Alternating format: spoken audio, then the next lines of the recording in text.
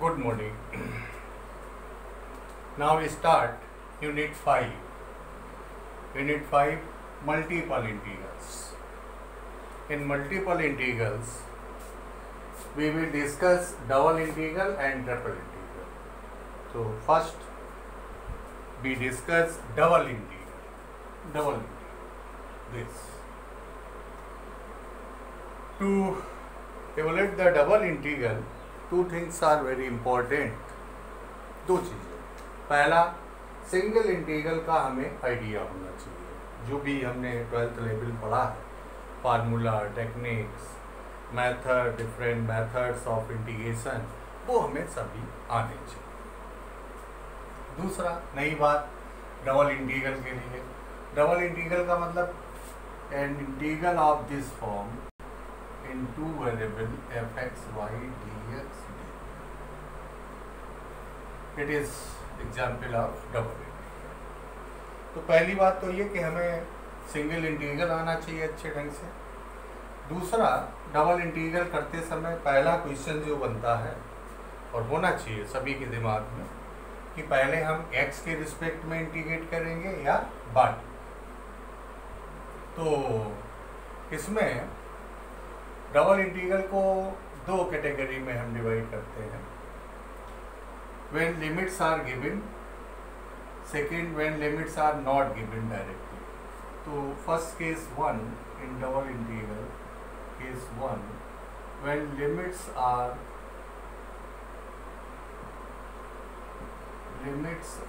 Given.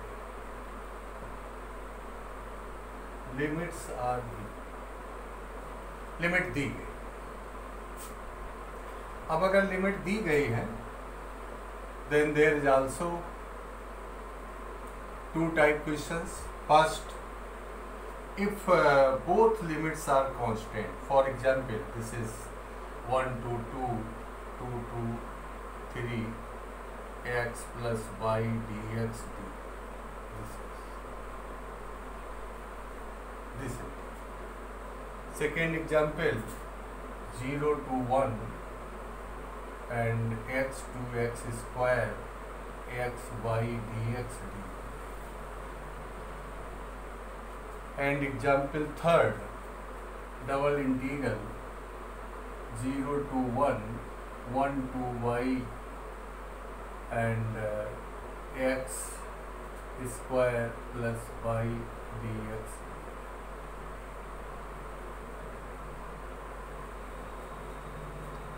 Limits are given in each case, तीनों में limit. इसमें क्या है, पहले में दोनों की लिमिट कांस्टेंट्स है. एक्स की भी लिमिट कांस्टेंट है, वाई की भी लिमिट कांस्टेंट है. तो ऐसे केसेस में कोई प्रॉब्लम नहीं, जो हमारे सिलेबस में उसके अकॉर्डिंग कि हम चाहे पहले एक्स के रिस्पेक्ट में इंटीग्रेट करें या वाई के रिस्पेक्ट. ये ध्यान रखना है सभी केसेस में. x के रिस्पेक्ट करेंगे तो y कांस्टेंट होगा, y के रिस्पेक्ट करेंगे तो x कांस्टेंट होगा. ये जरूर, जो भी वेरिएबल हो, in general we take here x and y, but it is also given in our syllabus. There is two type double integral, that is in two coordinate system. दो coordinate system में हम लोगों को पढ़ना है. एक तो जैसे आपका ये this is called in Cartesian form. इसी तरीके से if function and limits are given in terms of r theta, d r d theta, this is in polar form. This is in polar form. ये आपका Cartesian form. Cartesian दोनों में हम लोग Cartesian form में पोलर. पहले हम Cartesian form का ले रहे हैं और उसमें जो पहली चीज है कि अगर लिमिट दी गई है तो हम किसके रिस्पेक्ट में पहले करें. तो अगर दोनों के लिमिट कांस्टेंट में है कोई प्रॉब्लम नहीं, पहले हम चाहे x के रिस्पेक्ट करें या y के, रिजल्ट सेम आएगा. लेकिन लास्ट टू केसेस देखें आप, दोनों इंटीग्रल्स, इसमें एक की लिमिट कांस्टेंट में, एक की वेरिएबल्स. इसमें भी एक की लिमिट कांस्टेंट में, एक की वेरिएबल. ऐसे केसेस में डबल इंटीग्रल में जब एक की लिमिट कांस्टेंट में हो, एक की लिमिट वेरिएबल में हो, तो जिसकी लिमिट्स वेरिएबल्स में है उसके रिस्पेक्ट में हम पहले करें. होता क्या, पहचान क्या है, सेकेंड इंटीग्रल में लिमिट्स x के टर्म, तो ये बाई की, we can say that limits of y are in variables, तो हम पहले बाई के रिस्पेक्ट करेंगे। इसमें हम ये लिमिट बाई के टर्म्स में है तो ये लिमिट x की है, तो पहले हम x के रिस्पेक्ट में करेंगे। इसमें क्या करेंगे, 0 to 1 and x to x square, और बाई के रिस्पेक्ट करेंगे, x कांस्टेंट है तो ऐसे लिख सकते हैं by d y whole d x. इसमें लिमिट बाई के टर्म्स में तो x की है, तो x के रिस्पेक्ट में पहले कर, जिसके लिमिट वेरिएबल्स में उसके रिस्पेक्ट में पहले करेंगे।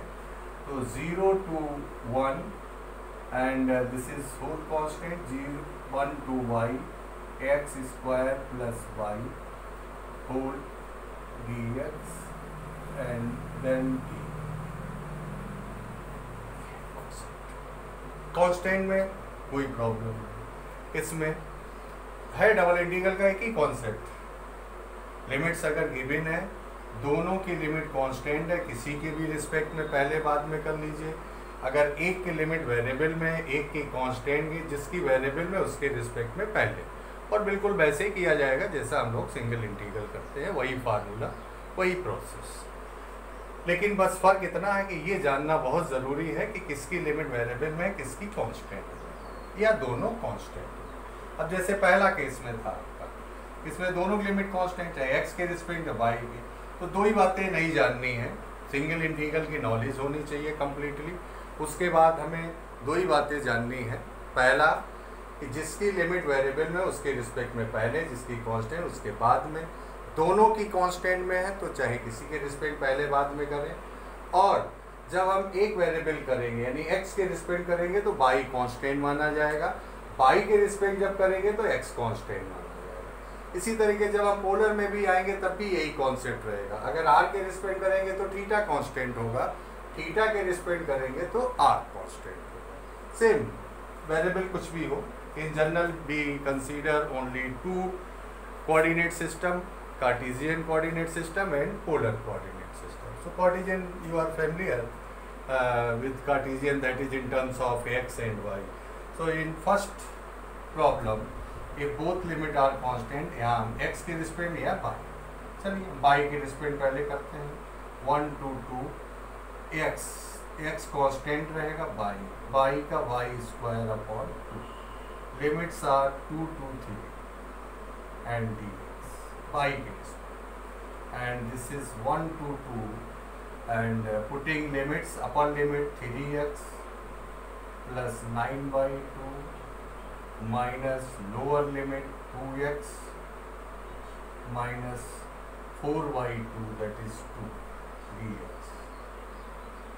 After simplifying 1 to 2 and this is x and 9/2, that is 5/2 dx. Now integrate as usual with respect to x. So this is x square by 2, 5/2 x. Limits are 1 to 2. Upper limit, then it becomes 2, and there 10, that is 5, minus 1/2 minus 5/2. So this is 7 minus 6/2, that is 3. Final answer is 4. This is answer, and it is process. Again see it, देख लें ध्यान से, समझ लें, दोनों की limit constant, किसी के रिस्पेक्ट करें, चाहे पहले x, मैंने यहाँ पर पहले y की रिस्पेक्ट किया, फिर x के रिस्पेक्ट किया। ये that in case first when limits are given, there may be two cases in general. If both limit are constant, either if limit of one variable is constant and other is variable. पहचान, limit अगर x के terms में है तो y की होंगी, y के terms में है तो x की होगी, जिसकी वेरिएबल में लिमिट होगी उसके रिस्पेक्ट में पहले की होगी। जैसे फॉर एग्जाम्पल इसमें देखें आप, इस केस में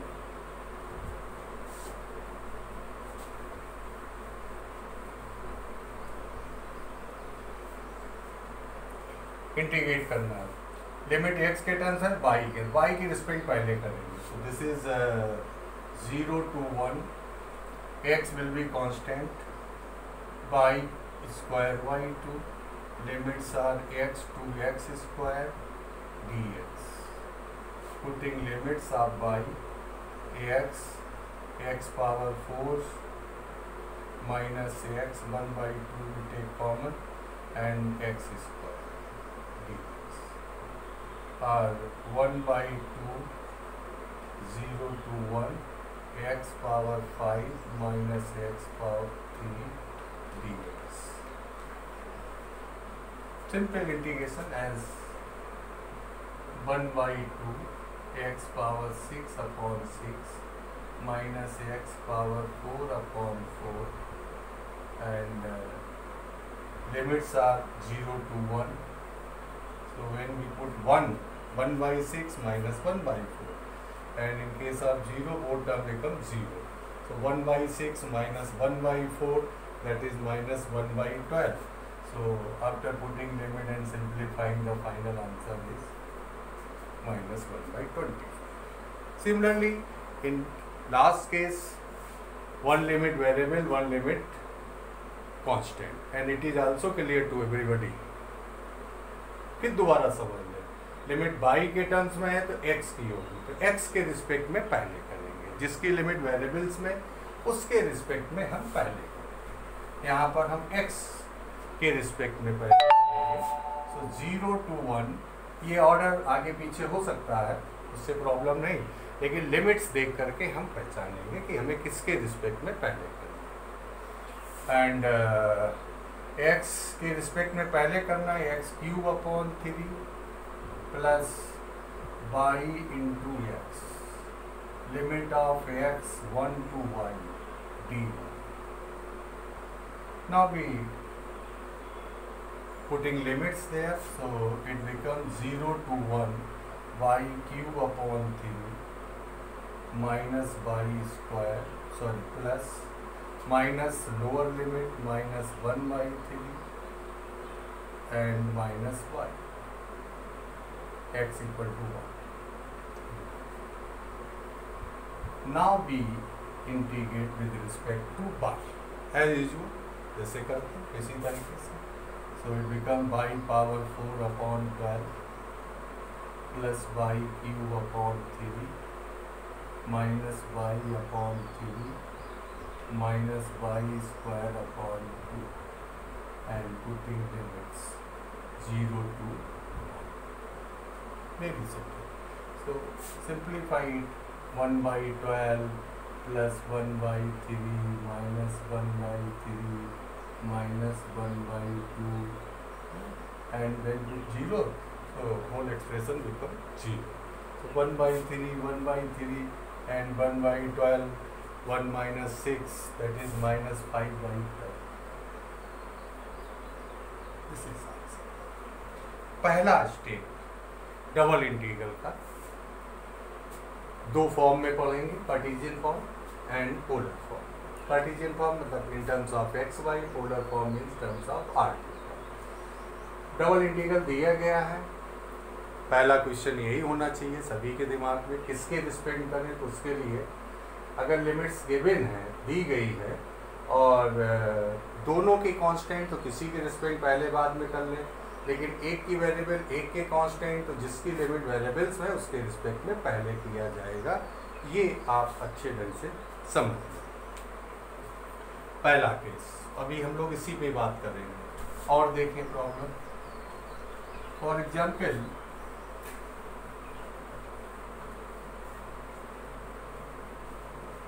double integral, when limits are given, evaluate double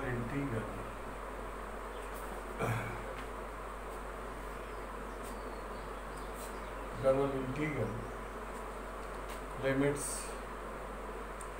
0 to 1 and 0 to x square e raised to power y upon x dx। सभी लोग समझ लें।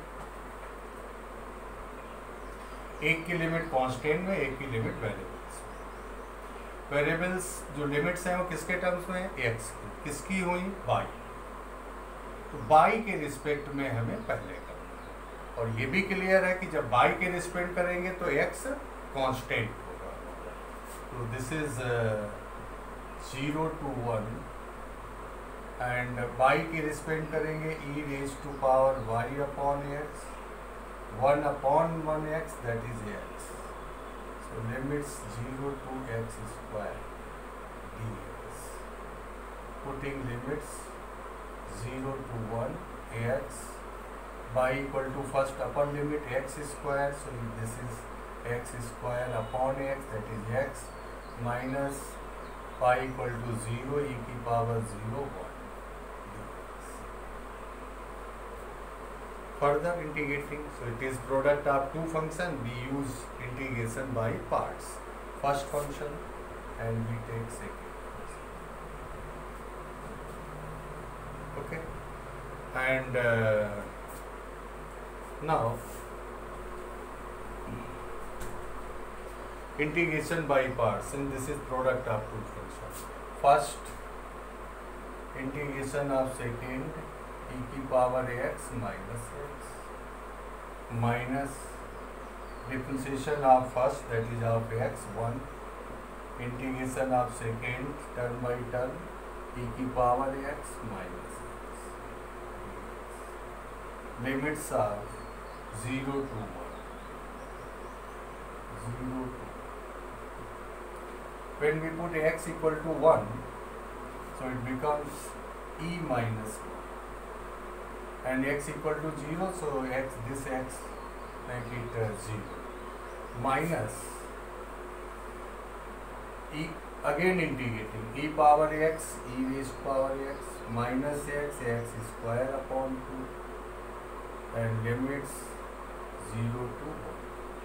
So this is e minus 1 minus first e minus 1 by 2 minus 1, and this is 0. After simplifying we get it is equal to half. देख लो अच्छे ढंग से समझ लीजिए, डबल इंटीग्रल की प्रॉब्लम है। एक की लिमिट कांस्टेंट में, एक की वेरिएबल्स में। वेरिएबल की लिमिट्स जो है वो x के टर्म्स है, इसलिए बाई की, तो हम पहले बाई की रिस्पेक्ट में इंटीग्रेट, बाई के रिस्पेक्ट जब इंटीग्रेट करेंगे x कांस्टेंट रहेगा, और बाई के रिस्पेक्ट में इंटीग्रेट करेगा, लिमिट पुट की, तो ये सिंपल x सिंगल इंटीग्रल हो गया एज यूजुअल जैसा आप करते रहे। चूँकि ये इंटीग्रेंड यहाँ पर प्रोडक्ट ऑफ टू फंक्शन है, तो we use by parts, and by parts we get this. So there is many problems of double integral in which limits are given. Another problem,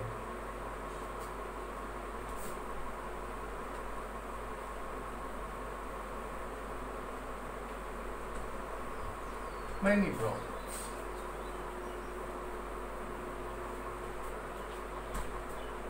Evaluate the double integral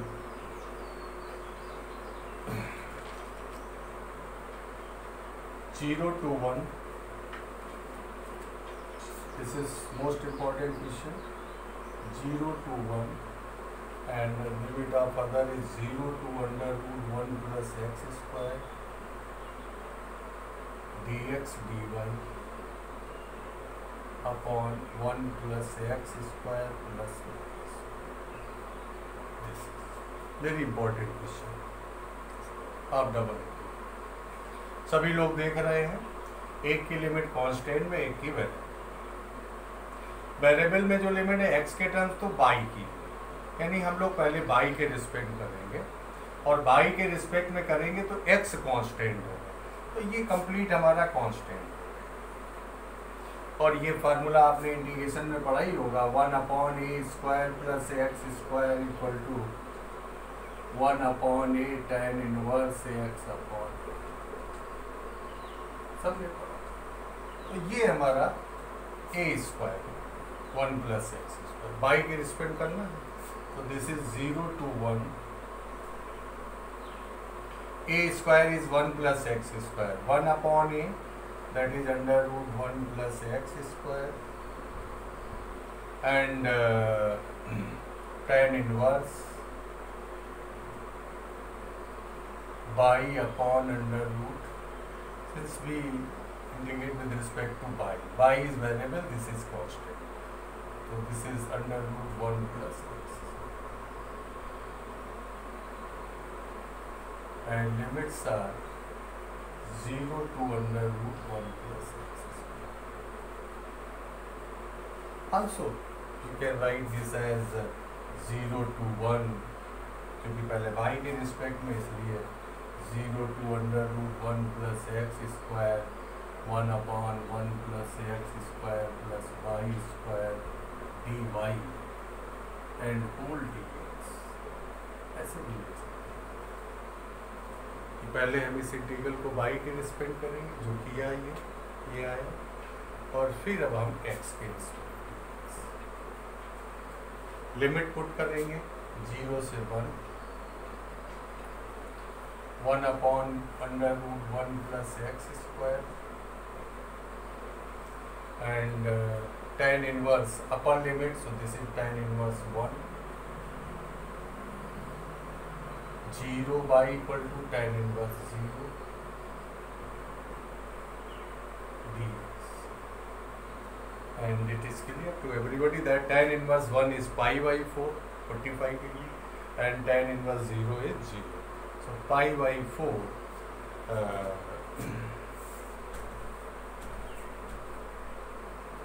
pi by 4 0 to 1 1 upon under root 1 plus x square. Now it is simple single integral and direct standard form under root 1 upon under root a square plus x square. So everybody clear it with under root sign, under root x square plus a square, its integral is as in case of direct formula, and you can also integrate by substitution, but direct formula pi by 4 and xy2 under root 1 plus x square plus a square by 2 and log of ax plus under root 1 plus x, limits 0 से 1. So this is pi by 4. This is formula of 1 upon under root ax square plus a square. This is standard case, 1 upon under root x square. So by this formula of this expression, we get integral of 1 upon under 1 plus x square as, after putting limit x equal to 1. So this is 2, that is root 2 upon 2 and 1 by 2 and log 1 plus 1. And minus lower limit 0, so this is 0 and log 1, this is again 0. Simply find this, and you can take also common, so this is pi by 8 and root 2 plus log 1 plus 1. It is our answer. So integration, that is process and formula, are same as in case of single integral. New thing in double integral, first we differentiate with respect to which variable. So for which हम लोगों को समझ लेना चाहिए किस variable के, दोनों के लिमिट कांस्टेंट में कोई रिस्ट्रिक्शन नहीं है, चाहे हम x के रिस्पेक्ट करें चाहे y के रिस्पेक्ट करें. एक की लिमिट कांस्टेंट में, एक की वेरिएबल में, तो पहले जिसकी वेरिएबल में होगी उसके रिस्पेक्ट करेंगे. पहचान के लिए बता दिया, लिमिट अगर x के टर्म्स में है तो वो y की होंगी, y के टर्म्स में है तो वो x की होगी. ओके. और दूसरी इंपॉर्टेंट बात, जब हम x के रिस्पेक्ट करेंगे तो y कांस्टेंट मानेंगे, y के रिस्पेक्ट करेंगे तो एक्स को कांस्टेंट मानेंगे। ये हमारा केस 1 में प्रोसेस होगा, कॉन्सेप्ट होगा कि जब लिमिट्स आपको दी जाए directly. Second case we discuss in next section.